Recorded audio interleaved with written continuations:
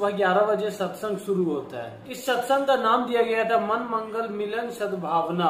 सत्संग खत्म होने के बाद सभी श्रद्धालु पंडाल के बाहर जाने लगते। इसी दौरान बाबा का काफिला भी वहां से गुजरता है। बाबा का दर्शन पाने और उसके पैर की धूल यानी जहां उसके कदम पड़ता है वहां की मिट्टी को पाने के लिए भीड़ में अफरा तफरी मच जाता है।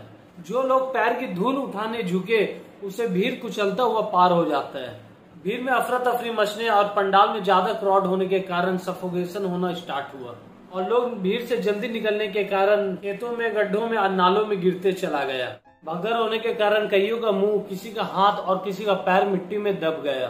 पासी के खेत में गड्ढा होने के कारण लोग उसमें दबते चले गए। भोले बाबा का ये सत्संग 121 लोगों का मौत का कारण बना। पर आखिर ये भोले बाबा है कौन जिसके प्रवचन सुनने के लिए लाखों का भीड़ उमड़ पड़ता है? ड्रेसअप सेंस से ये किसी भी एंगल से बाबा नहीं लगता है। अपने प्रवचन में 3 पीस सूट, महंगे चश्मा और लग्जरी कार के काफिले से आने वाला बाबा असली नाम सूरजपाल सिंह है। यूपी के कासगंज बहादुरपुर से सूरजपाल सिंह की जिंदगी की शुरुआत होती है। अपने करियर में यूपी पुलिस के लोकल इंटेलिजेंस डिपार्टमेंट में अपॉइंट था एज अ कांस्टेबल और करीब 28 साल पहले वो एक छिड़कानी केस में सस्पेंड कर दिया गया। इटावा के senior police officer Sanjay Rawat का कहना है छिड़कानी के केस में सूरजपाल को एक समय में जेल भी जाना पड़ा।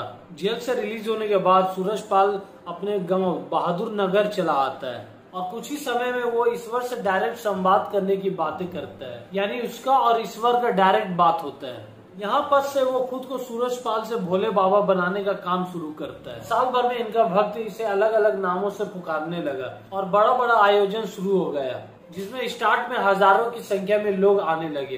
बाबा का चमत्कार भी बड़े कमाल का था। किसी के कान में दर्द होता तो बाबा थप्पड़ मारकर ठीक करते। भैंस अगर दूध नहीं देती तो बाबा अपने आश्रम के नल का पानी भैंस के ऊपर छिड़कता और तुरंत में भैंस 6 लीटर के करीब दूध देने लगती।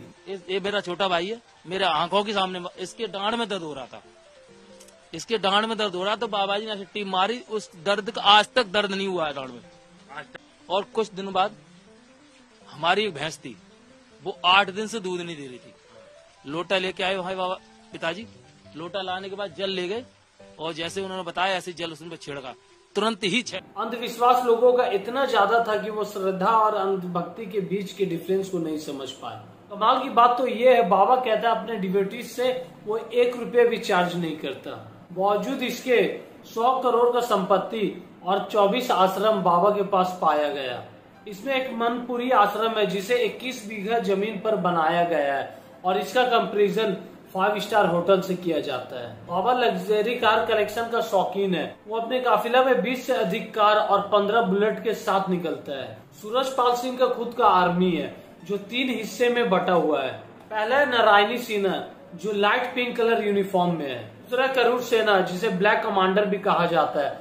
ये 350 बुलेट पर सवार बाबा के काफिला के साथ चलता है और ब्राउन यूनिफॉर्म पहनने वाले को हरिवाहक सेना कहा गया है। हाथरस के इस इंसिडेंट के बाद यूपी पुलिस ने FIR दर्ज किया है, पर इस FIR में सूरजपाल सिंह का नाम नहीं है। FIR में सत्संग के ऑर्गेनाइजर देव प्रकाश मधुकर के साथ 22 लोगों का नाम दिया गया है।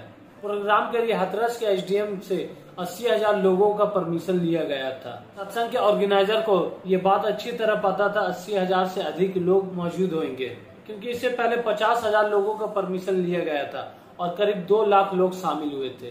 कोई भी इमरजेंसी प्लान नहीं किया गया था।